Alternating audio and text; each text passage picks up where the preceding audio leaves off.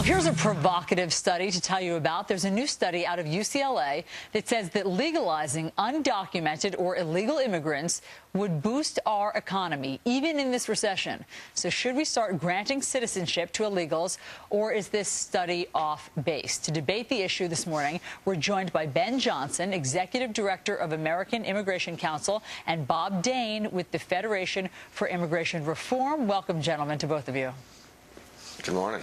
All right, so Bob, let me start with you. The UCLA study says that history shows that when you legalize undocumented or illegal workers, the economy improves because their wages go up, they pay taxes and insurance, they buy houses and merchandise. All of this boosts the economy. Bob, why don't you agree with that? Mathematical fantasy. That's what the study is. This is a last-ditch pitch by a very desperate far left who have been trying to peddle amnesty to the American public, and they're simply not buying it.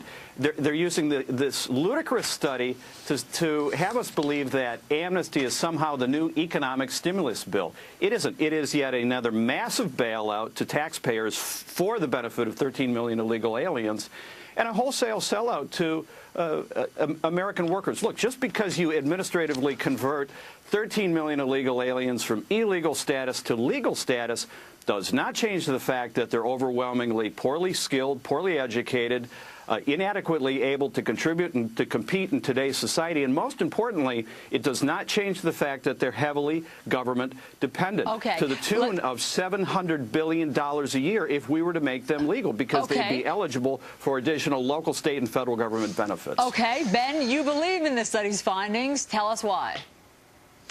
Well, this study says two things. It says, first of all, the goal of any immigration reform effort needs to be what's good for the American economy, what's good for the American workers, right? This is about creating an American immigration system.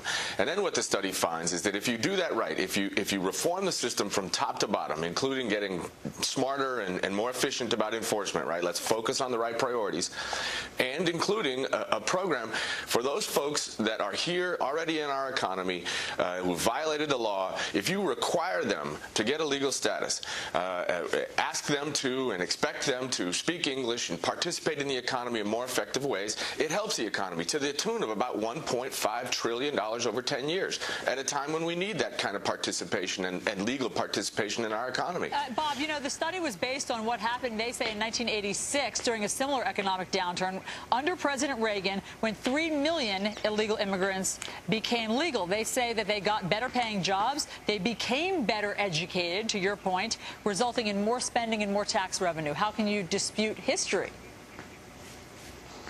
Well, what happened after the 1986 amnesty is we had another round of illegal aliens coming in, 13 million illegal aliens. Look, this ought to be an affront to every American that this administration is even entertaining the concept of amnesty in today's economy. And frankly, a word to the wise to politicians: if you put your ink on an amnesty bill in today's economy, the American worker and the American voter will show you to the door on Election Day. Okay, Ben, we'll give you the last word. Your response. Listen, everybody recognizes that the system is broken. We can't continue to do nothing about this particular problem. So hopefully members of Congress have the courage to do this in a way that's beneficial to the American workers. And everybody knows that if it's harder for employers to exploit workers, it helps all the workers in that job market. Ben Johnson, Bob Dane, we have to leave it there. Thanks for coming in to debate this provocative new study. Thank you.